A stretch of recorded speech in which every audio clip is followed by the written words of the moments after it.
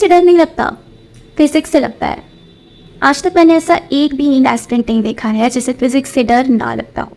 और लगे भी क्यों ना, फिजिक्स को काबू में करना बहुत डिफिकल्ट है। फिजिक्स केमिस्ट्री और बायोलॉजी जैसा नहीं है। आज की वीडियो में मैं आपसे डिस्कस करूंगी कि मैंने किस तरह से फिजिक्स को अप्रोच किया जिससे कि मैं नीट को क्रैक कर पाई और फिजिक्स में अच्छे नंबर लेके आ पाई। फिजिक्स मुझे स्टार्टिंग से बहुत पसंद थी, लेकिन प्रॉब्लम वहाँ आई जब मॉक टेस्ट में मेरे नंबर फिजिक्स में अच्छे नहीं आए। तो मैं थोड़ी निराश हो गई और मुझे लगने लगा कि नहीं, फिजिक्स तो बेकार सब्जेक्ट है। ऐसा हम सबके साथ रहता है। जिन भी लोगों को फिजिक्स से नफरत है वो इसलिए ही है क्योंकि फिजिक्स में नंबर नहीं आते। बायोलॉजी में भी नंबर आ जाते हैं, केमिस्ट्री में भी नंबर आ जाते हैं, बट फिजिक्स में नंबर लाना बहुत डिफिकल्ट हो जाता है।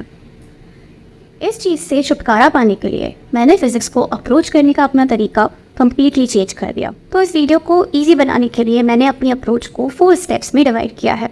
First step is understanding the concept. Second step is creating और making a formula sheet. Third step is solving questions. Fourth step is revision.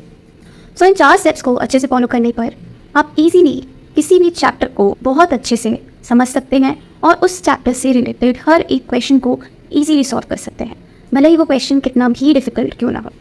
तो स्टार्ट करते हैं स्टेप 1 से। Step 1 is about understanding the concept behind the chapter. For example, अगर हम laws of motion पढ़ रहे हैं तो हमें उसके बारे में सब कुछ पता होना चाहिए। कौन से लॉज हैं, उन लॉज की एप्लीकेशन क्या है, उस चैप्टर में कितने फॉर्मूलाज हैं, उस चैप्टर में किस तरह के क्वेश्चन पूछे जाते हैं, इन सब के बारे में हमें पता होना चाहिए। जैसे ही कोई भी चैप्टर कोचिंग में पढ़ा दिया जाता था, मैं घर आकर उस चैप्टर को फिर से रिवाइज़ करती थी। जो नोट्स हैं उन्हें रिवाइज़ करती थी और साथ में जो क्लास में क्वेश्चंस करवाए गए हैं मैं उन्हें फिर से खुद से सॉल्व किया करती थी।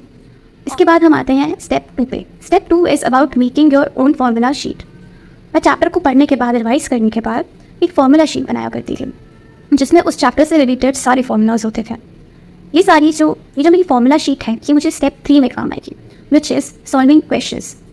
चैप्टर को पढ़ने के बाद, कॉन्सेप्ट को समझने के बाद, उससे रिलेटेड रिलेवेंट क्वेश्चंस को सॉल्व करने के बाद और उस चैप्टर की फॉर्मूला शीट बनाने के बाद हम आते हैं क्वेश्चन सॉल्व करने पे। क्वेश्चन सॉल्व करने के लिए मैं इजी टू मॉडरेट क्वेश्चन से स्टार्ट करती थी और स्पेशली उसमें वो क्वेश्चंस होते थे जो एग्जाम से रिलेवेंट है, मतलब जिस टाइप के क्वेश्चंस एग्जाम में आते हैं मैं उन्हें सॉल्व करती थी। इसके लिए सबसे अच्छी बुक है MTG और अरिहंत की जो गाइड बुक्स हैं वो बहुत अच्छी हैं। मैं उन्हीं को यूज़ करती थी और उनमें से ही मैं क्वेश्चन सॉल्व करती थी। उसमें रिलेवेंट क्वेश्चंस भी हैं, इजी टू मॉडरेट क्वेश्चंस भी हैं और मॉडरेट टू डिफिकल्ट क्वेश्चंस भी हैं।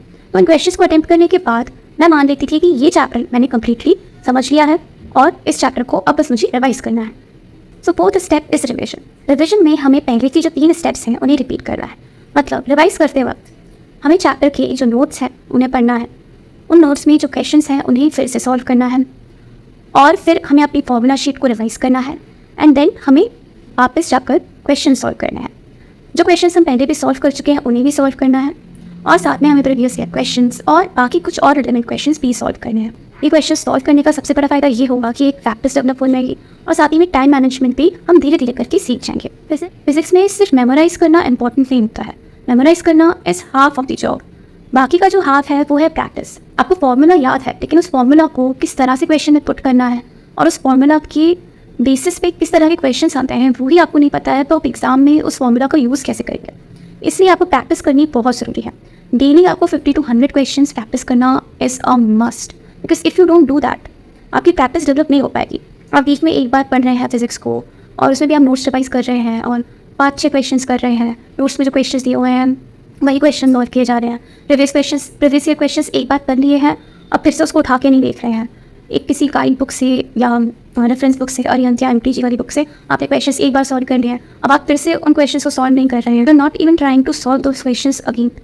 तो इस वजह से आपकी प्रैक्टिस प्रॉपर नहीं हो पा रही है, इसलिए मेन एग्जाम में या मॉक टेस्ट में नंबर भी आ रहे हैं क्योंकि प्रैक्टिस नहीं है, टाइम भी मैनेज नहीं हो पा रहा है, फॉर्मूला को कैसे क्वेश्चन में पुट करना है वो ही समझ में नहीं आ रहा है। यही गलतियाँ मैं भी करती थी।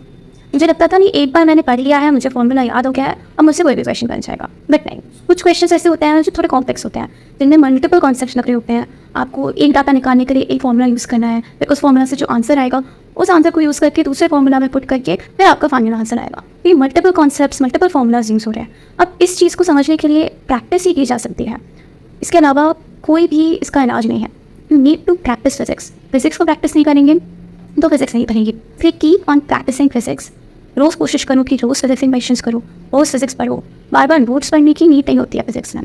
All you need is practice. नए नए क्वेश्चंस प्रैक्टिस करते रहो, बस that is more than enough for physics. This all for today's video. अगर आपको वीडियो हेल्पफुल लगी then do consider subscribing to my channel और more related content. Radhe Radhe.